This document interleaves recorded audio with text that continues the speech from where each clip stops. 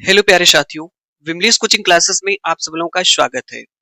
आज इस सेशन में इस क्लास में हम आपको जो है कि सीटेट के कुछ महत्वपूर्ण प्रश्नों को कराने जा रहे हैं जो आपके सीटेट एग्जाम में लगातार पूछे जाते रहे हैं।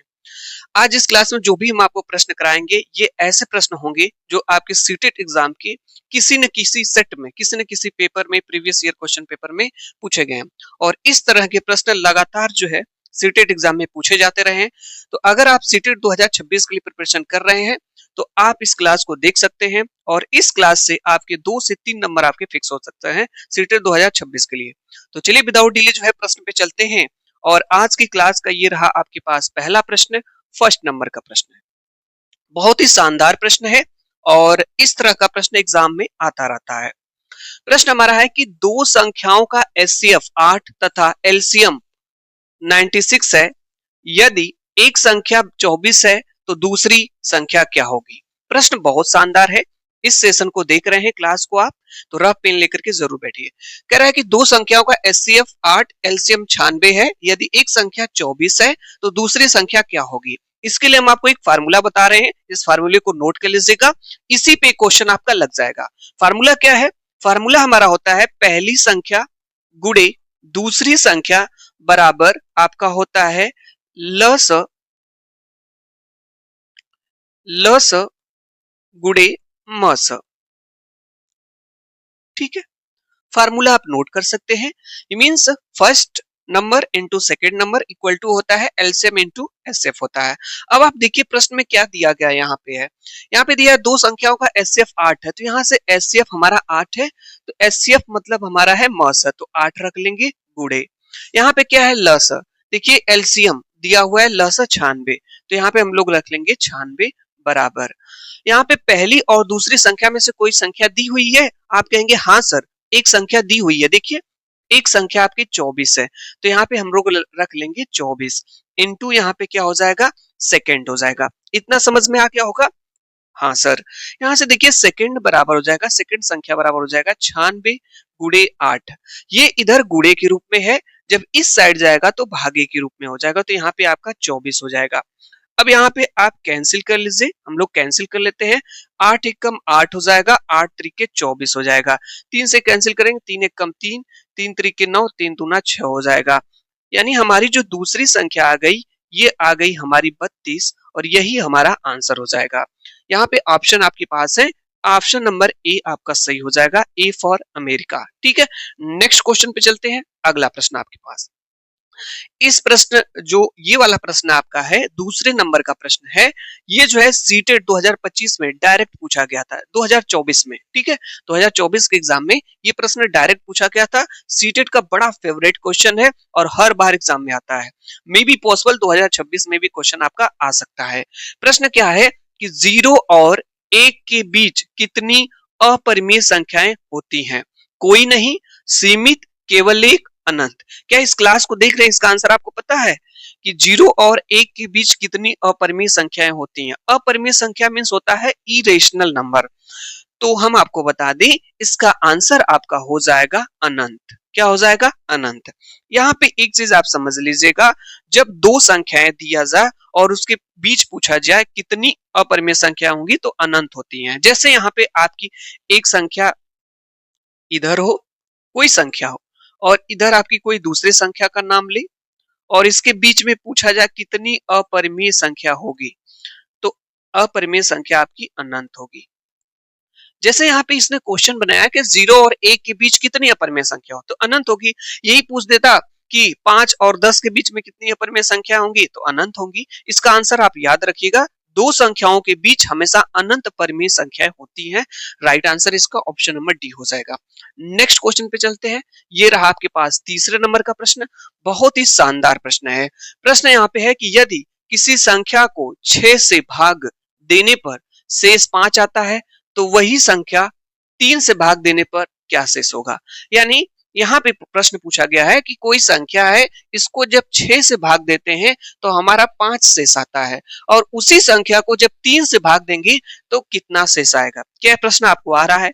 अगर सीटेट 2026 में इस तरह का प्रश्न आ जाए तो आप सॉल्व कर पाएंगे। इसके लिए बहुत ही जबरदस्त मैं आपको ट्रिक बता रहा हूं। इस तरह का प्रश्न बहुत ही सीटेट के हर बार बहुत ही एग्जाम में ये आता रहा है और सीटेट का भी बड़ा फेवरेट क्वेश्चन ये है।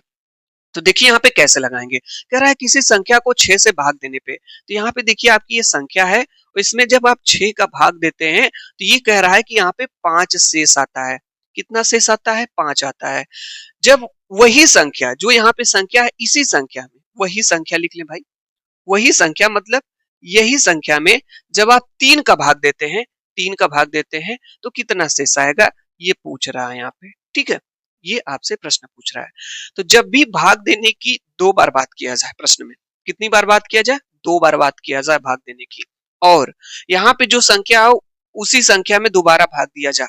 तो इस तरह के प्रश्नों में क्या करते हैं, एक सिंपल सा ट्रिक है, हम आपको बता दे रहे हैं। यहाँ पे जो इसका शेष बचता है, इसके शेष में और जिससे इसे भाग दिया जाता है, इसके भाजक से इसमें क्या कर लिया करिए, भाग दे लिया करिए, आपका आंसर आ जाएगा। क्या दे लेंगे? भाग दे लेंगे। तो हम लोग काम करते हैं सर 5 में जो है 3 का भाग देते हैं। ऐसा क्यों कर रहे हैं? ये ट्रिक है, आप जान लीजिए। ठीक है, जो इसका शेष बचता है उसके शेष में इसके भाजक से डायरेक्ट भाग दे लिया करिए। जब भाग देंगे यहाँ पे तो एक बार जाएगा, 3 एक कम 3, यहाँ पे 2 शेष बचेगा और यही इसका आंसर हो जाएगा। ठीक है, यहाँ पे 1 2 0 5, तो option number B for Bombay correct answer हो जाएगा। ठीक है, बहुत शानदार क्वेश्चन था। जब भी इस तरह का प्रश्न आएगा इसी तरीके से आप लगा लीजिएगा। बहुत ही बढ़िया। नेक्स्ट क्वेश्चन ये रहा आपके पास, बहुत ही शानदार प्रश्न। ये प्रश्न आपका है कि यदि x बराबर करड़ी में 5 प्लस करड़ी में 2 हो तो x स्क्वायर का मान होगा। बहुत ही शानदार प्रश्न है। कह रहा है कि x बराबर करड़ी में 5 प्लस यहाँ पे करड़ी में 2 है, तो हमसे x स्क्वायर का मान पूछ रहा है। तो x स्क्वायर करेंगे आप, तो जब इसका स्क्वायर करेंगे तो इसका भी स्क्वायर करना पड़ेगा। तो यहाँ पे x स्क्वायर करेंगे तो इसका भी स्क्वायर करना पड़ेगा। ठीक है, क्यों? क्योंकि स्क्वायर करेंगे, वर्ग करेंगे तो दोनों पक्षों का करेंगे। ठीक है, तो दोनों पक्षों का जब वर्ग करेंगे तो यहाँ एक्स स्क्वायर आ जाएगा। यहाँ पे करनी में 5 प्लस करनी में 3 आ जाए, करनी में 2 का होल स्क्वायर आ जाएगा। बहुत ही बढ़िया। यहाँ पे एक चीज समझिएगा, ये जो है यहाँ पे ए है, ये आपका बी है। एक फार्मूला आप पढ़े होंगे। क्या फार्मूला पढ़े हैं? फार्मूला एक होता है ए प्लस बी का whole square equal to A square plus B square plus 2ab। होता है कि नहीं होता है? होता है सर। नहीं पता है तो इसको नोट कर लीजिएगा। यहाँ पे देखिए, हम ए की जगह हम करड़ी में 5 रखेंगे, बी की जगह करड़ी में 2 रखेंगे। रख सकते हैं कि नहीं रख सकते हैं? रख लेंगे।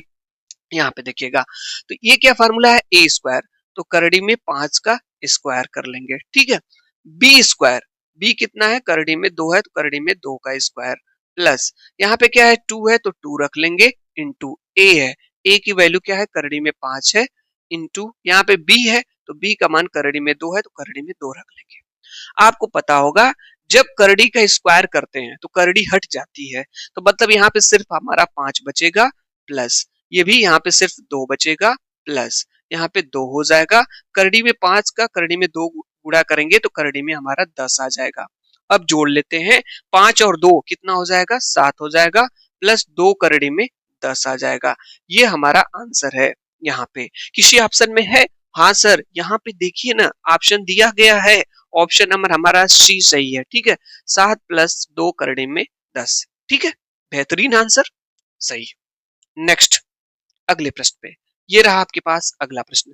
अच्छा, इससे पहले वाला जो प्रश्न है ना, ये सर्च करड़ी से पूछा गया और सीटेट का बड़ा फेवरेट है। ये हर बार आता है आपके सेट में। ठीक है, सीटेट का जितना भी सेट उठा के देखेंगे प्रश्न आया हुआ है। नेक्स्ट क्वेश्चन पे चलते हैं। अगला प्रश्न है, यहाँ पे प्रश्न पूछा गया है, निम्न में से कौन सी संख्या अभाज्य नहीं है? पूछा गया है, 4 यहाँ पे संख्याएं दी हैं, 2 3 5 और ये आपका 9 है। तो इसमें से पूछ रहा है कि कौन सी ऐसी संख्या है जो अभाज्य नहीं है। क्या आपको पता है अभाज्य संख्या क्या होती है? तो अगर नहीं पता है तो आप लोग जान लें। पहले यहाँ पे देख लेते हैं कौन सी अभाज्य संख्या नहीं है।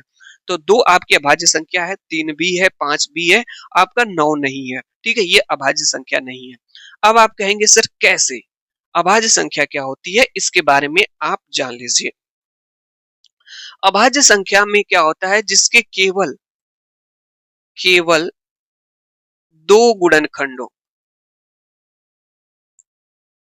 जिसके केवल 2 गुणनखंड हो वो अभाज्य संख्या कहलाती है।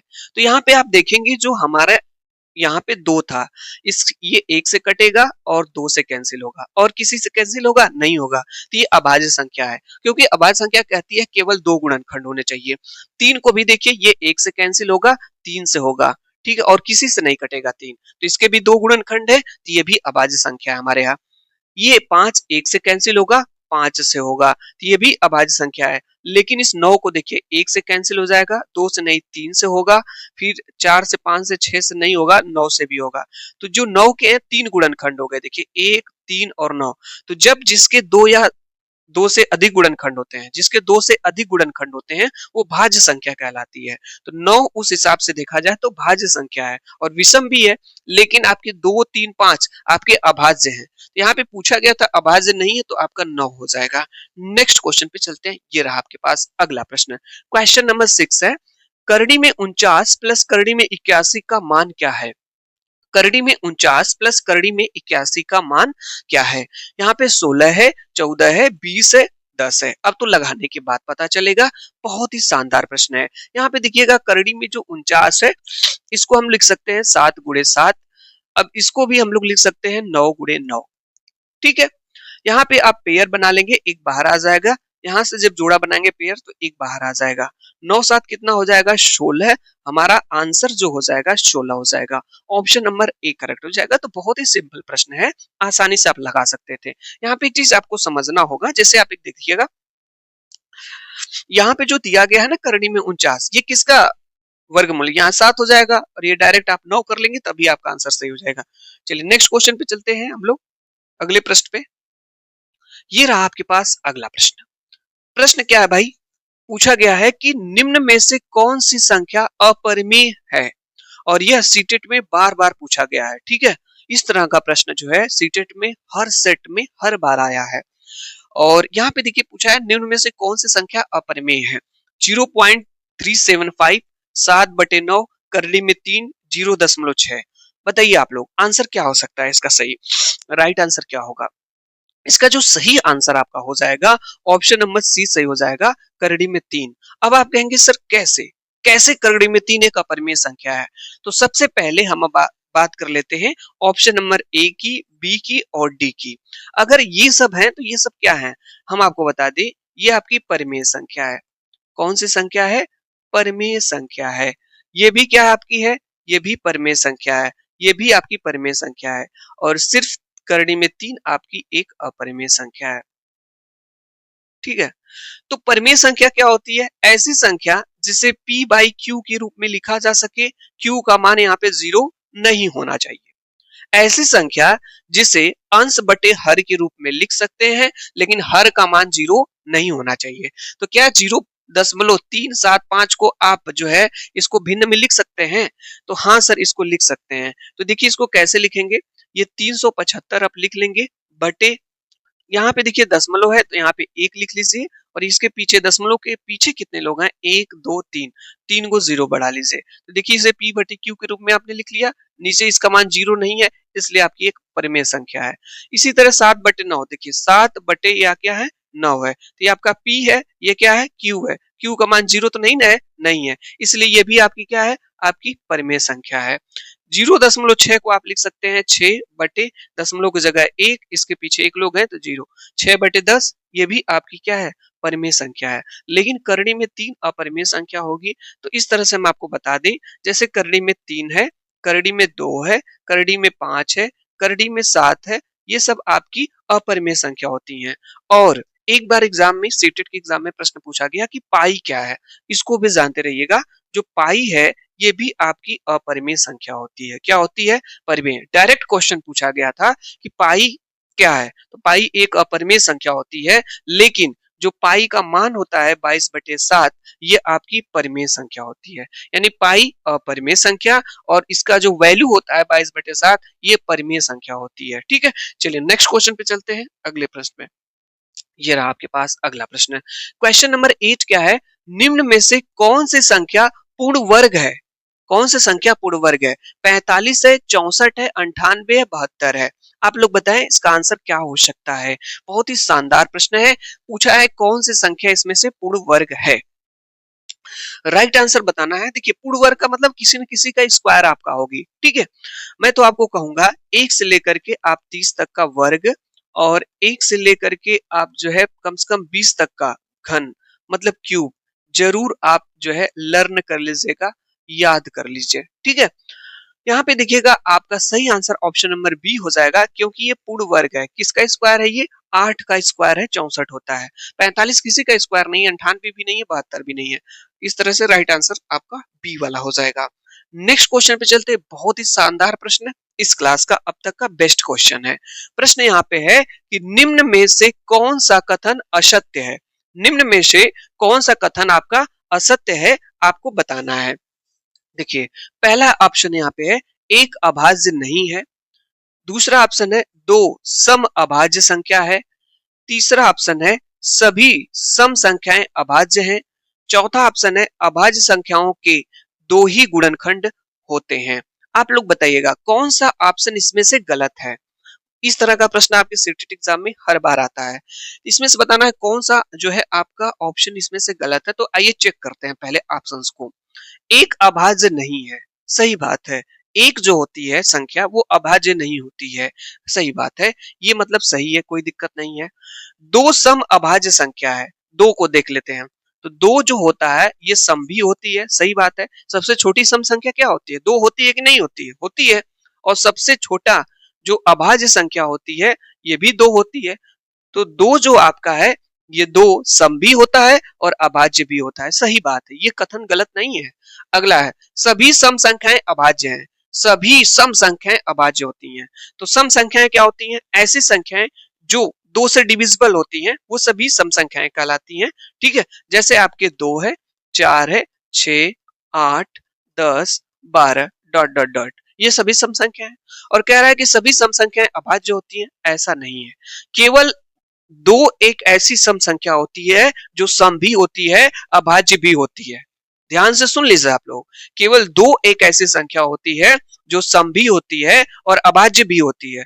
बाकी जितनी भी आपकी ये संख्याएं सम संख्याएं होती हैं ये अभाज्य नहीं होती हैं। तो ये कह रहा है कि सभी, दो को कहता तो मान लेते, लेकिन सभी कह रहा है, इसलिए यही वाला ऑप्शन आपका गलत है, मतलब यही असत्य कथन कहा है उसने। तो ऑप्शन नंबर सी आपका सही हो जाएगा। आगे देख लेते हैं। अब अभाज्य संख्याओं के दो ही गुणनखंड होते हैं। अभी इससे पहले की क्लास में हम इससे पहले की क्वेश्चन में हमने आपको बताया है। देखिए क्या आप यहाँ पे, हाँ, अभाज्य संख्या के कितने गुणनखंड होते हैं? केवल दो गुणनखंड होते हैं, ओनली वन टू फैक्टर। तो यहाँ पे तो ये भी स्टेटमेंट आप सही है, ये गलत नहीं है आपका, ठीक है, ये गलत नहीं है, ये भी सही है कि दो ही गुणनखंड होते हैं। तो आपका ऑप्शन नंबर सी सही हो जाएगा। नेक्स्ट क्वेश्चन पे चलते हैं, बहुत ही शानदार क्वेश्चन और क्लास का अंतिम प्रश्न है। पूछा है सबसे छोटी अभाज्य संख्या कौन सी है? सबसे छोटी अभाज्य संख्या कौन सी है आप लोगों को बताना है। 0 है, 1 है, 2 है, यहाँ पे 3 है। आप लोग बता सकते हैं और बहुत ज्यादा इंपॉर्टेंट है, वन लाइनर क्वेश्चन है लेकिन हर बार एग्जाम में पूछा गया। तो सबसे छोटी अभाज्य संख्या की बात किया जाए तो आपकी है, आपकी 2 है। 2 सबसे छोटी अभाज्य संख्या है। क्या है? अभाज्य संख्या है। अब एक प्रश्न हम आपसे पूछ रहे हैं, जरूर बताइएगा कमेंट्स बॉक्स के माध्यम से। 1 से लेकर के 50 तक में, 1 से लेकर के 100 तक के और 1 से लेकर के 200 तक के बीच में कितनी अभाज्य संख्याएं होती हैं? अगर आपको पता है तो कमेंट्स बॉक्स के माध्यम से जरूर बताइएगा, ठीक है। हम देखेंगे, अगर आप तीनों का आंसर बताते हैं समझ लीजिए कि आपको नंबर सिस्टम जो चैप्टर आपने अच्छे से पढ़ा है। 1 से 50 तक में कितनी अभाज्य संख्याएं होती हैं, 1 से लेकर के 100 तक में कितनी अभाज्य संख्याएं होती हैं, 1 से लेकर के 200 तक के बीच में कितनी अभाज्य संख्या होती हैं, ठीक है। चलिए आगे चलते हैं। यहाँ पे हम बात कर लें, जो मैं अभी चैप्टर आपको कराया संख्या पद्धति के जो इंपॉर्टेंट क्वेश्चन थे जो आपके एग्जाम में बार बार पूछे जाते हैं सेटेट में, उसको हम लाए थे इस क्लास में। अब यहाँ पे एक चीज बता दें, कौन कौन से टॉपिक्स हैं जिससे आपके जो है कि नंबर सिस्टम से प्रश्न पूछे जाते हैं। तो आपसे रेशनल और इरेशनल मींस परिमेय और अपरिमेय संख्या से प्रश्न पूछा गया। अभी हमने आपको बताया कि कौन सी परिमेय संख्या होती है, कौन सी अपरिमेय संख्या होती है। उसके बाद आपका एचसीएफ और एलसीएम से प्रश्न पूछा जाता है, मींस म स और ल से प्रश्न पूछा जाता है। अभी हमने 2-3 प्रश्न इस पे आपको कराए। इसके बाद आपके सट्स करड़ी से प्रश्न पूछ लिए जाते हैं, 1-2 प्रश्न हमने आपको करड़ी को भी कराया था। इसके बाद आपका रिमाइंडर से, मतलब शेषफल प्रमेय से भी प्रश्न पूछा गया। अभी आपने देखा गया किसी संख्या में इसका भाग देने पे ये शेष बचता है, तो उसी संख्या में उसका भाग देने पे कितना शेष बचेगा। तो इस तरह का भी प्रश्न आपने देखा। इसके बाद आपका जो है टर्मिनेटिंग और नॉन टर्मिनेटिंग डेसिमल से भी प्रश्न पूछा जाता है। तो अभी इसका हमने प्रश्न नहीं लिया था इस क्लास में। तो सीटेट 2024 में जो है नंबर सिस्टम से आपके जो है ये मुख्यतः टॉपिक पूछे गए और हर बार यही ऐसे टॉपिक्स हैं नंबर सिस्टम के जिससे आपके प्रश्न जो है सीटेट एग्जाम में पूछे जाते हैं। तो 2 से 3 प्रश्न हर बार जो है नंबर सिस्टम चैप्टर से आपके एग्जाम में आता है। और 2011 से लेकर के 2024 तक जितने भी सीटेट के पेपर हुए हैं, गणित में हर बार जो है 2 से 3 प्रश्न नंबर सिस्टम से आए हुए हैं। ठीक है, यदि ये क्लास आपको अच्छी लगी हो तो हमारे चैनल से इंग्लिश कोचिंग क्लासेस चैनल को सब्सक्राइब करके आप हमारे चैनल से आप जुड़ जाइए। हम आपको बता दें डेली आपको शाम को कुछ इन्फॉर्मेशन है जो मैं आपको दे दूं। अगर आप टेस्ट देना चाहते हैं तो डेली शाम 8 बजे लाइव क्लास आपको मिलती है। ठीक है, अब आप कहेंगे सर इस लाइव क्लास में आपको आप क्या करा रहे हैं। देखिए, सीटेट एग्जाम वही पास करेगा जो प्रैक्टिस करेगा, अभ्यास करेगा। ठीक है, नहीं तो आप पढ़ते ही रह जाएंगे, कोई मतलब नहीं है। Means practice makes man perfect, अभ्यास ही आदमी को पूर्ण बनाता है। आप ज्यादा से ज्यादा प्रैक्टिस सेट लगाइए, मॉक टेस्ट लगाइए, ठीक है, PYQ लगाइए। तो हम अपने इस सेशन में, इस लाइव क्लास में आपको क्या कराते हैं हम आपको बता दें। डेली आपको शाम को 8 बजे लाइव क्लास मिलेगी, जिसमें 30 प्रश्न रहते हैं आपके। कितने प्रश्न? 30 प्रश्नों का टेस्ट कराते हैं। और ये ऐसे प्रश्न होते हैं जो सीटेट के एग्जाम ओरिएंटेड प्रश्न रहते हैं। ठीक है, जो एग्जाम में आए हुए प्रश्न रहते हैं। ठीक है, इसमें 30 प्रश्न आपके हर सेशन में हमारे रहेंगे, हर क्लास में, जिसमें हम आपको CDP, बाल विकास के, मैथ के, हिंदी के, ठीक है, 30 प्रश्न कराते हैं। हिंदी के 30 प्रश्नों का सेट कराएंगे टेस्ट, मैथ के 30 प्रश्नों का टेस्ट कराते हैं, CDP के 30 प्रश्नों का टेस्ट कराते हैं। और बहुत से लोग इस टेस्ट को देते भी हैं डेली। ठीक है, 8 बजे शाम को जुड़ते भी हैं और देते भी हैं और देखते भी हैं कि आपके कितने प्रश्न सही हो रहे हैं। ठीक है, और अभी तक आप लोगों ने कितनी अच्छी तैयारी की है।